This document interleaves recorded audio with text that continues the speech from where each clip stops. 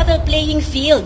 Doon tayo sa pantay ang laban. Hindi yung duduru-duruin nyo kami dyan, gagamitin nyo yung privilege ninyo, aabusuhin ninyo, gamit ang pera ng bayan kung saan kami rin ang nagpapasweldo sa inyo.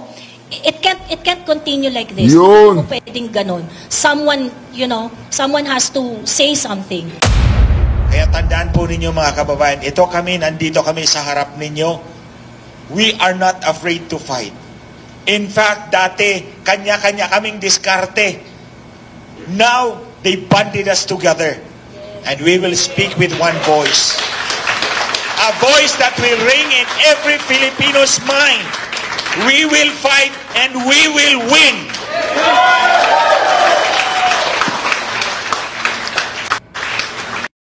Mapupunta doon tapos matatrap lang tayo, di ba?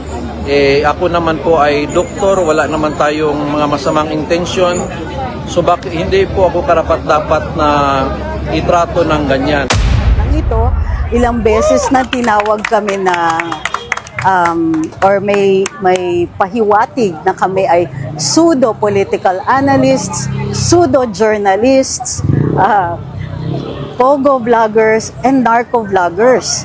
Mayroon pang tumatawag sa amin na mayroon daw troll armies or kung ano-anong mga insinuations na kung ibang tao ang gumawa at kung hindi ito sa Kongreso sinabi, ay maaaring makonsider na libel. Para protektahan ang aming karapatan at ang democratic space, kami po ay dumululog sa Korte Suprema. Alright, Reaction TVBS, nagbabalik reaction. Napakaganda po ng mga pag-uusapan natin ngayon mga kareaksyon ha. Ito po, maraming salamat sa lahat po ng mga nag-subscribe kanina lang at umabot na po tayo sa 400,000 strong subscribers mga kareaksyon. Palakpakan po natin ang ating mga sarili. Lahat po ng mga nag-subscribe, palakpakan. Malapit na po tayo dun sa target natin. Ano po yung target natin? 1 million subscribers mga kareaksyon. 1 million subscribers. Para makapunta na po tayo ng Davao, ibibigay po natin ng personal sa ating Pangulong Duterte ang ating silver play button. At kung makukuha po natin ang ating gold play button, bago po ang eleksyon ay ibibigay din po natin sa ating Pangulong Duterte. At isusulat din natin ang pangalan po ni VP Sara Duterte. So huwag na po nating kaligtaan. Like, subscribe, and share. Ito na po mga kareaksyon, ito na. Pinatawag ko po si Dr. Richard Mata ba to? Richard Mata. Tinawagan ko rin si Atty. si Tio Moreno. Marami pa po tinawagan iba't ibang mga vloggers na pinatawag niya sa Kongreso para magpapaliwanag po sila dito sa Reaction TVBS. At yan po ay joke lang. Namo. O sino yun? Si Abante, ayun o. Namo. Si Abante po yun, si Abante. Namo. Anyway mga ka-reaction, pakinggan po natin si Dr. Senador Richard Mata. Ito po.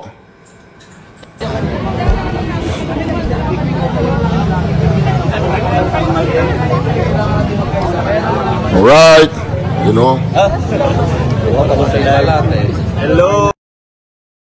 Alam po ninyo kung ano ang nangyari Ang nangyari, magbabackfire ito sa mga TRICOM na yan, Tuadcom, Quintacom na yan. Bakit? Parang ginawa po nila. Dati po kasi yung mga vloggers na yan, magkakaiwalay yan. Hindi naman talaga nag-uusap-usap ang mga yan. Kanya-kanyang diskarte kami. Ngayon, pinag-isa sila ngayon. Nasa Supreme Court lahat sila, oy. Abante, pakinggan mo to. Namo. Oy, Barros. Oy, si Dan Paredes. Namo. Anyway, ito po. Pakinggan na po natin wala pong kukurap.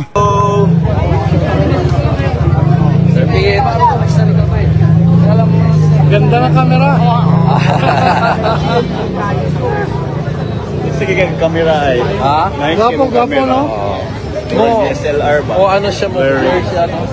Automatic naman. Support for Senator. So, nandito tayo ngayon, Supreme Court. Hindi kami umattend doon sa hearing.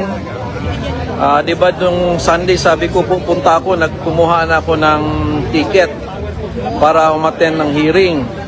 In-advisean ako ng lawyer na one day lang kasi yung letter dumating sa akin. And then questionable kasi, no, kung ano mangyayari, no. I also need to protect myself and also my family. Kasi maganda naman yung letter, no, parang ini-invite ka as a resource speaker. Ilang beses na ako na-invite as a resource speaker sa Senate.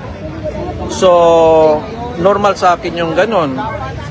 Pero, biglang lumabas yung 40 na vloggers na majority or all pro Duterte. So, ang question doon, am I invited as a speaker or a respected speaker, or is it a trap? Diba? Kung if I'm accused of something, dapat ilagay sa letter ano yung mali ko, anong post ang aking mali, ano ang fake news ko, para naman ma-explain ko at siyempre pag-aralan namin ng abogado kung fake ba yun. Wala naman sa letter. So para bang ang nangyari, para bang invitation pero trap ang ending. Pwede tayong makontempt. Kaya pasensya doon sa nag-expect na nandun po ako sa HOR, pero hindi po ako pumunta dahil nga yun po ang advice ng lawyer. Kaya ngayon yung 40 po ay nagkaisa. Ayan po kami dito ngayon. Ayan kami, interview kami ng media. Pumunta kami ngayon ng Supreme Court, no? Nag-file kami for protection for ourselves. Dahil lahat po tayo may karapatan. Kahit sinong tao may karapatan, lalo na ang walang kasalanan. Dahil ang isa po na nililink sa amin, which is very weird and very funny, is meron daw pogo or mga Chinese or narco na nagfa-fund para sa mga vloggers, para siraan ang mga congressman. I mean, ang layo ng dalawang topic na pinag-isa nila para lang of course na matarnish yung aming image kasi nga election na. Alam kasi nila na ang boses namin pure, na kung anong sasabihin namin ay baka hindi na sila mananalo. Pero hindi naman namin kasalanan yun eh. Kung hindi na sila gusto ng tao, kasalanan nila yun. So, kami nadamay na lang dito. Isipin nyo, may pasyente pa ako, nagpaalam na lang muna ako. Siyempre, kailangan kong panindigan ito, paglaban ito, dahil kailangan ko din ng proteksyon ng Supreme Court. Kailangan po ipaglaban natin ang karapatan ng tao kasi ang natatapakan na dito yung tinatawag nating freedom to speak, no? Freedom to speak. Kasi po ang freedom of speech, yan po ang thermometer ng good democracy. Dapat ini-encourage ang lahat ng taong magsalita. Kung gusto nyong magmura, magmura kayo. Dahil freedom po yan, dahil demokrasya po ito. Kahit iba-iba yung ating pananaw, ano po, that is allowed because may demokrasya po. O, narinig mo yun, Abante? Kung gusto mo raw magmura, magmura ka, o. Namo. O, nagmura ka. Nagmura nga si Abante, o, pag ganyo. Namo. O. Ayos ka, Abante, ha. Kumusta ka na, Abante? Namo. Kung ayaw mo yung sinabi ng isa, then make a statement. Ganun po talaga ang demokrasy. Inaalaw yan. Natural po kung maraming napupuna sa inyo, siyempre, talagang magsasalita na ang mga tao. Kami dito, hindi po namin ini-influence ang mga tao. Ini-echo lang namin ang mga saloobin ng mga tao. Kaya, nagba-viral yung sinasabi namin. Kasi kung mali-mali naman yung post namin about sa mga corruption, hindi naman magba-viral yun eh. Ito totoo kasi na puro na lang sila politika. Ngayon, kami natuloy ang masama. Sila lang naman yung gumagawa ng puro politika eh. So kaya andito po tayo sa Supreme Court. Ayan. Supreme Court po yan. So God bless po dyan sa lahat, no? Si Mel, Marvin, Lian, Miko, Mary Cherry, salamat ha, kasi Alam ko maraming nagko-comment na, Dok, bakit wala ka doon? Sabi mo, pupunta ka. Pupunta talaga ako. Kaya lang, siyempre, hindi po ako abogado. Lahat po tayo tatanong sa abogado. Yun po ang advice ng abogado. So nagpa-follow lang po tayo, no? Mahirap naman po tayo na mapupunta doon tapos matatrap lang tayo, 'di ba? Ako naman po ay doktor, wala naman tayong mga masamang intensyon. So hindi po ako karapat-dapat na itrato ng ganyan, no? So actually nag-send po ako ng letter kahapon, kanina via email. Sabi ng lawyer ko, hindi ako maka-attend dahil 1 day lang po ang notice. And then questionable yung purpose. So maganda yung aking letter, walang pagmumura. Pero nag-ano po sila demand sila ng show of cause. So parang namasama patuloy dahil hindi lang ako nag-attend. Pero kung sa Senate, kung sabi kong hindi ako maka-attend sa mga invitation nila, okay lang naman po, no? Dahil ganun po talaga dapat ang mga resource speaker. Pag hindi maka-attend, hindi po 'yan pinapanish. It's okay po, no? Lalo na kung walang kasalanan. Kung may kasalanan, isalin niyo po sa letter ano yung kasalanan. Ako po, hindi ko po alam anong kasalanan ko. Except lang na may 2.6 million followers ako. So kailangan nila i-tarnish din yung aking image dahil nakaka-influensya tayo ng tama. So salamat po dyan sa nakaintindi. Salamat po sa mga sumusuporta. God bless po at meron pa kaming press release mamaya po at antabayanan nyo na lang po. God bless po. So yun po si Dr. Mata. Diba? Yun ang sinabi niya. So, anong masasabi mo doon na Abante? Namo. Abante, wag kang magmura. Nagmumura ka na naman eh. Namo. Tingnan po ninyo, nagmumura si Abante. Namo. Oh, Namo. Nagmumura po.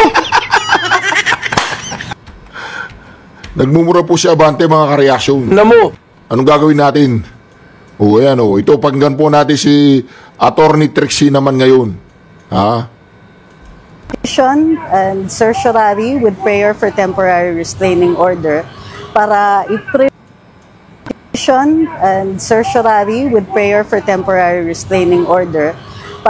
i-prevent yung proceedings at saka yung pagdinig at yung pagpapatawag sa atin dahil ito po ay nakakaliit ng democratic space natin. Gusto nilang i-control maliwanag sa privilege speech kung ano, ito yung pinagbasihan po ng pagdidinig na ito. Sa privilege speech ni Congressman Barbers, maliwanag na mayroong pinupuntirya na ilan sa mga social media influencers na tinatawag nila. Gusto nilang gawan ng regulatory framework ang social media. Ngunit maliwanag ito sa saligang batas na pinagbabawal ang ganitong klasing batas at maaaring idulog ito sa Korte Suprema para i-determine kung ito ay naaayon sa saligang batas or kung may sufficient na safeguards ito para hindi matapakan ang ating kalayaan magsalita at magpahayag. Ang mga vloggers dito ngayon, kasama po ako, ay mga tinawag sa Kongreso. Ngunit, bago nangyari po ang lahat ng ito, ilang beses na tinawag kami na, or may pahiwatig na kami ay pseudo-political analysts, pseudo-journalists, pogo vloggers, and narco vloggers. Mayroon pang tumatawag sa amin na mayroon daw troll armies or kung ano-anong mga insinuations na kung ibang tao ang gumawa at kung hindi ito sa Kongreso sinabi ay maaaring makonsider na libel.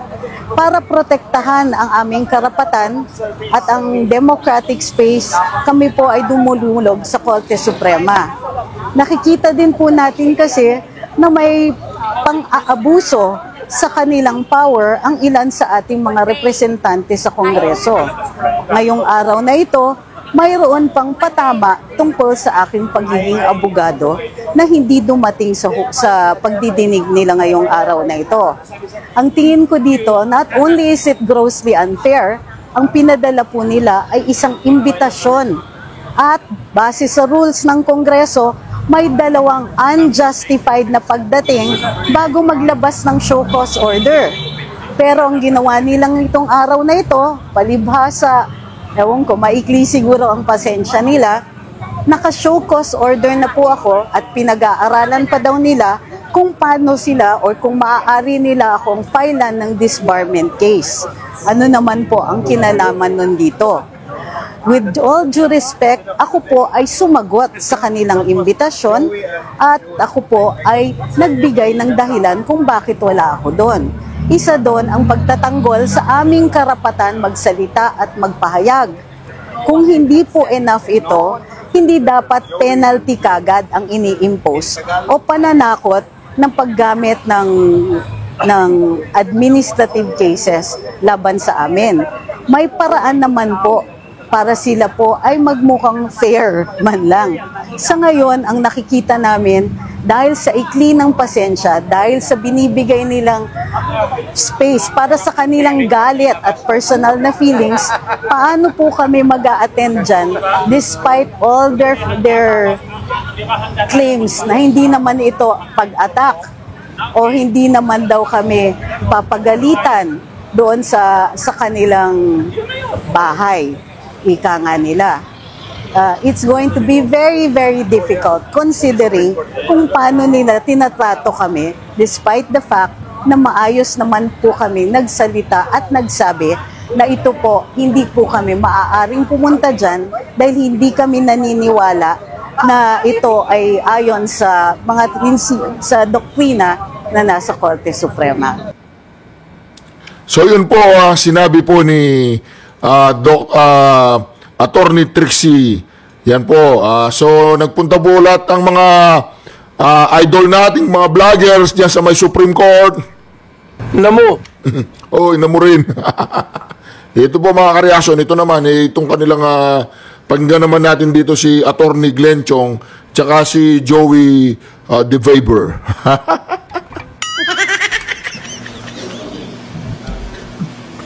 Good afternoon, everyone. My name is Tio, but of course... Hello everyone. Good afternoon. My name is Joey Cruz, also known as Joie de Vive. Yeah, French name. Ayan. There are several revelations today, and it confirms our hunches that the goal of the House of Representatives, the joint committee that handled the committee hearing, calling us to appear, to share our knowledge to share our knowledge on matters that were raised by Rep. Barbers last December 4 and December 16.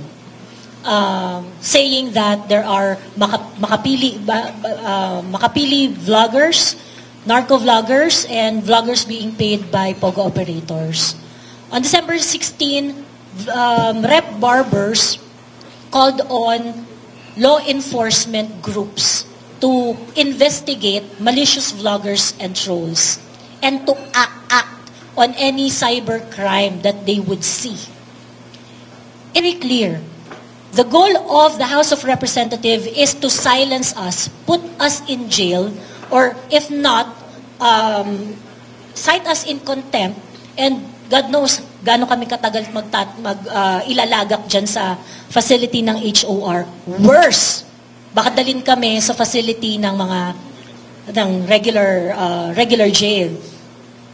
And that is something that I cannot accept. Unang-una, yung mga subject matter na nilatag nila na sabaw. And, the message is this.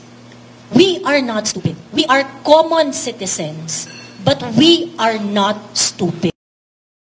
Many things that were revealed today, how power tripper the House of Representative members in that committee, including Rep. Benny Abante, who, by the way, wanted to, open the conversation of me being put in contempt, being cited in contempt, merely because I mentioned that I have no knowledge about being a paid vlogger by drug money or POGO operators.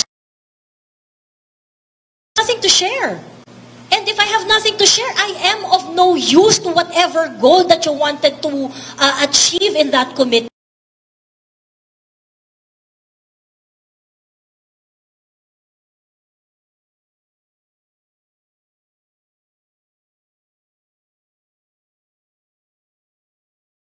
This actually revealed a very, very nonchalant attitude of our House of the members of the House of Representatives. Wala kayong pakialam sa pera namin. Imbis na hinahanap nyo kung sinong naglagay nag-fill in ng blanco sa bicameral committee para magkaalaman tayo dito kung paano nyo binuo yung 2025 national budget, ang namin. Is that fair?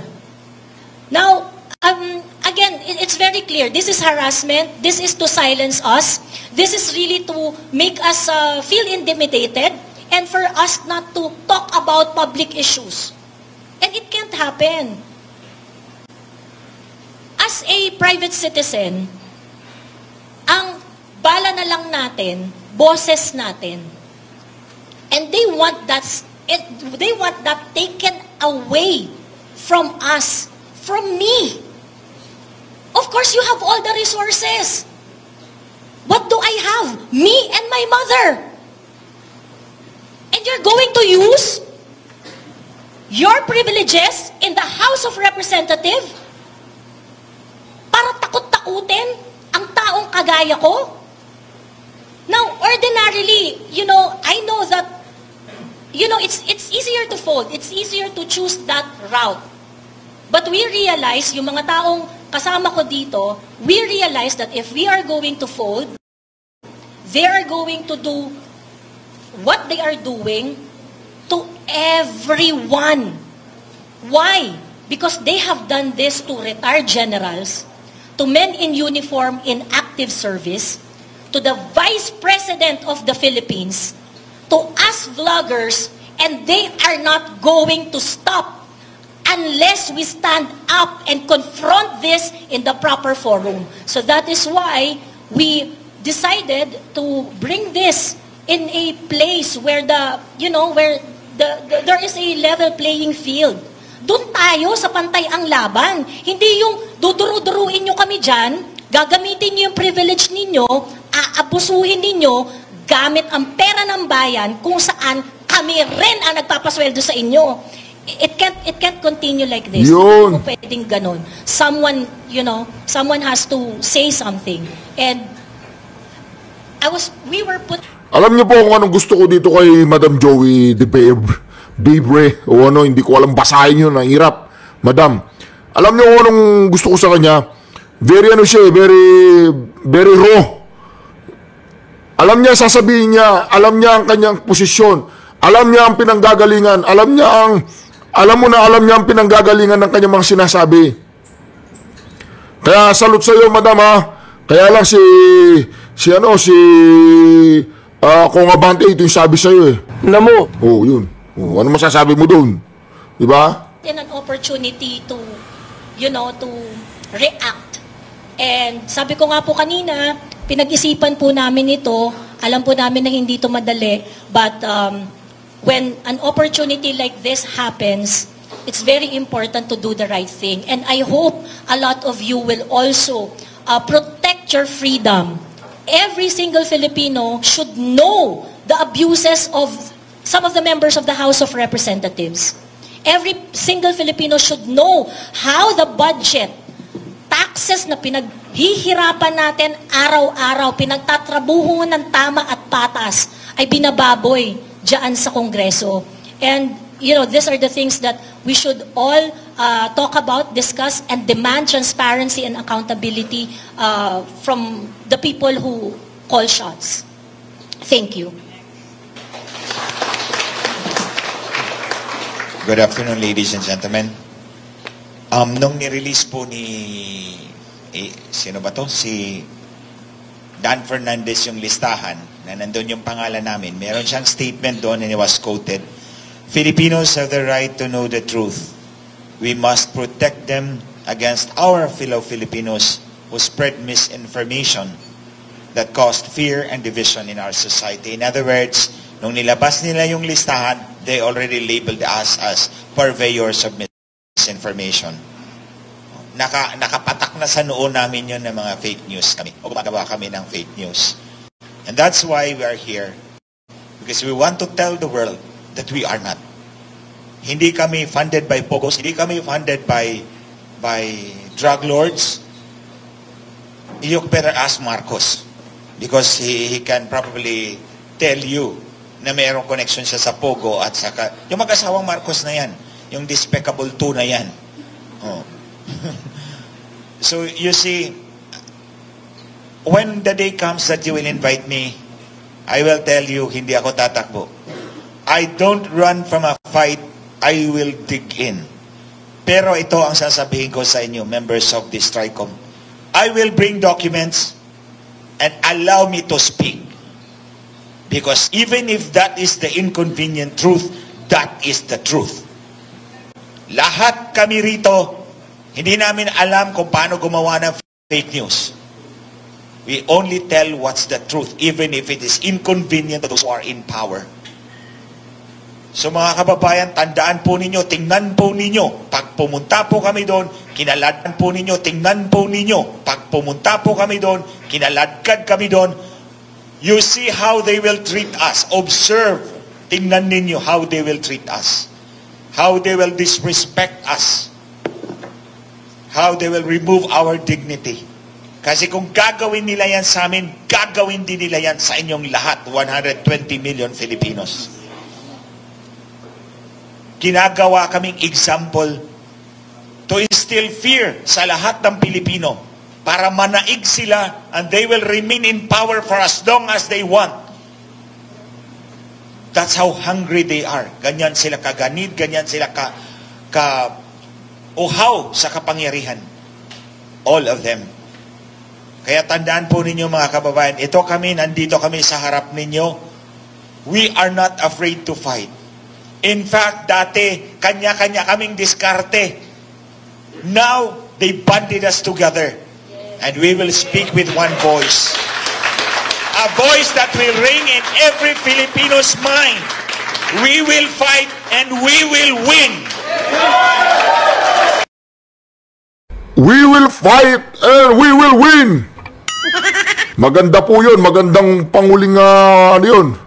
Sa lahat ng Pilipino, para manaig sila and they will remain in power for as long as they want. That's how hungry they are. Ganyan sila kaganid, ganyan sila uhaw sa kapangyarihan. All of them. Kaya tandaan po ninyo mga kababayan, nandito kami sa harap ninyo. We are not afraid to fight. In fact, dati, kanya-kanya kaming diskarte. Now, they banded us together. And we will speak with one voice. A voice that will ring in every Filipino's mind. We will fight and we will win.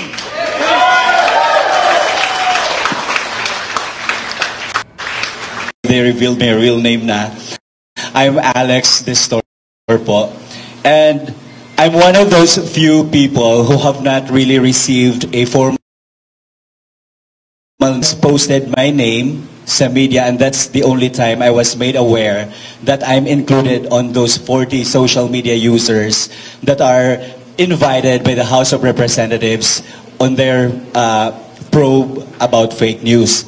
So, since wala akong natanggap na formal invitation, I asked Joey to show it to me, and I found out that the purpose as to why they're having the probe to begin with is due to the privileged speech of Ace Barbers, labeling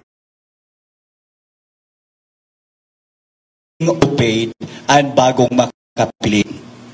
There is no discussion as to what constitutes being a bagong makapili, or there is no proof showing that we are paid by narco politicians or even Pogo. I myself has no any link with Pogo operators, so how can I possibly be paid by them? So that's the first question I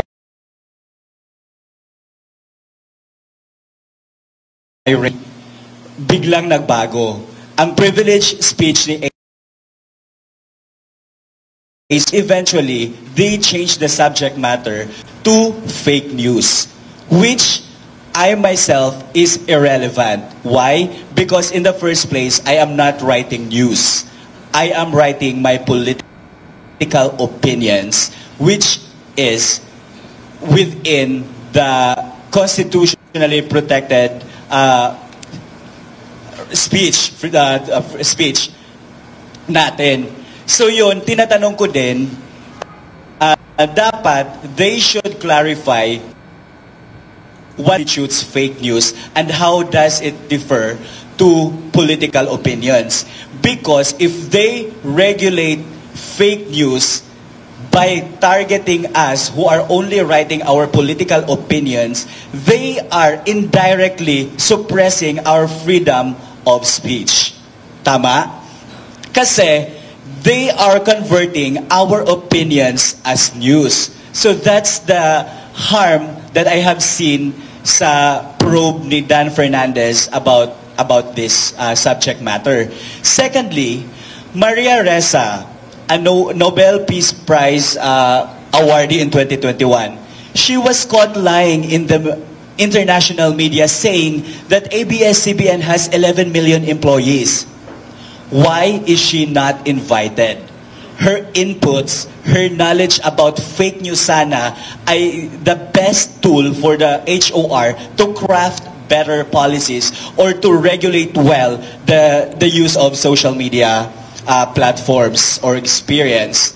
Secondly, last year, Richard Hidarian, he posted that by December, the ICC will arrest former President Rodrigo Duterte. It did not happen. Does that constitute fake news? Now, if it does constitute fake news, why is Richard Hidarian not invited by the HOR? Ito yung point ko. If the HOR is really serious on their probe about fake news, why are they only targeting pro-Duterte voices? So this, I think, in my own opinion, is a targeted political maneuver. We know for a fact that within the week, the SecGen will transmit the impeachment raps against VP Sara, the 3 impeachment raps against VP Sara. Secondly, just this week, they declared food emergency. And just today, the Supreme Court notified Speaker Romualdez, Chis Escudero, Senate President, and the Office of the President to comment on the petition filed by Attorney Vic Rodriguez and Congressman Ungab about the GAA, the blank spaces. Now, if you look at the timing, it's very glaring. They are trying to silence us so that we would not be able to write about all these important issues. So this is not just about what we did right now, the filing of petition in the Supreme Court is not evasion of, or we're not evading accountability. We are fighting them because we don't want to be ruled by felons. You know what I mean? Because kanina lang, ang ano ni Joey, ang letter pa lang niya, contemptible na. So is that their goal? To contempt us? On their invitation, ang sinabi nila, we will invite you because we need to hear your knowledge about the subject matter. Now, how come na ang maging basihan nila ay yung for contempt is yung letter ni Joey. If they really want us to share our knowledge about fake news, then dapat, di ba, they should hear us. There should be no threat of us being cited in contempt. We are private individuals. We are not politicians. We are working on a daily basis. So with them detaining us or with them citing us in contempt, they are also cutting our ability to earn. Or they are suppressing, aside from suppressing our freedom of speech, they are also parang attacking our personal life. Dito po kasi mga kareaksyon, nagkaroon po ng press conference kanina na nagsama-sama. Ito po yung mahirap na mangyayari sa side po ng mga TRICOM na yan. Dahil nagkaisa na po ang mga vloggers ngayon, hindi na sila watak-watak, lalo po silang mahirap kalaban yan. Isang boses na talaga yung mga yan. O ito po, tuloy po natin ha. So yun lang, because we are private individuals. So, for me, to wrap up everything, this is a targeted harassment. This is a targeted political maneuver. And this is not really about fake news probe because they already did this in 2017, 7 years ago. They should have, implemented better rules and regulations now, but they did not. So now, they are sparkling this conversation again because they are trying to hide or conceal something that's better or... Wala, narinig niyo, TRICOM! We will fight and we will win! Yan ang pagkakamali ninyo. Magbabackfire at magbabackfire sa inyo yung ginawa ninyo yan, ha? Gusto ninyong gipitin ang mga vlogger na katulad namin? Gusto ninyo kaming patahimikin? Bakit? Yung mga bunganga ba ninyo, perfect yan? Hindi ba minsan nagkakamali kayo sa pagsasalita ninyo? Nasasaktan ba kayo sa sinasabi namin? O yung mga vlogger ninyo, mga inutil, walang kaya, puro kasinungalingan na sinasabi nila, kaya hindi sila pinaniniwala ng taong bayan. Naniniwala po ako mga kareaksyon kung tayo po ay hindi pinaniniwala ng taong bayan, kung ang mga vloggers na pro Duterte, pro Philippines, hindi po sila pinaniniwala ng taong bayan, hindi po tayo papansinin ng mga inayupak na yan. Pero dahil po pinaniniwalaan tayo ng taong bayan, at dahil karamihan sa taong bayan ay nasusuka, marinig pa lang nila ang pangalang Tuwadcom, Gonggongcom, Kinta, yung Lintacom, tsaka itong Tridorcom na to. O ngayon, tignan natin sa mga susunod na araw, yung gagawin ninyong show cause order na yan. Mahirap kasi yung ginagawa ninyo, sinusupil ninyo yung freedom of speech. Kung ayaw ninyong masaktan, kung hindi nyo kaya ang init, lumayas kayo sa kusina. Duterte! Duterte! Duterte! Duterte! Syukran. God bless you all. Mabuhay ang Pilipinas. Mabuhay kayong lahat. Mabuhay si Pangulong Duterte. Mabuhay si VP Sara Duterte. Pagpalain tayo lahat ng pong may kapal.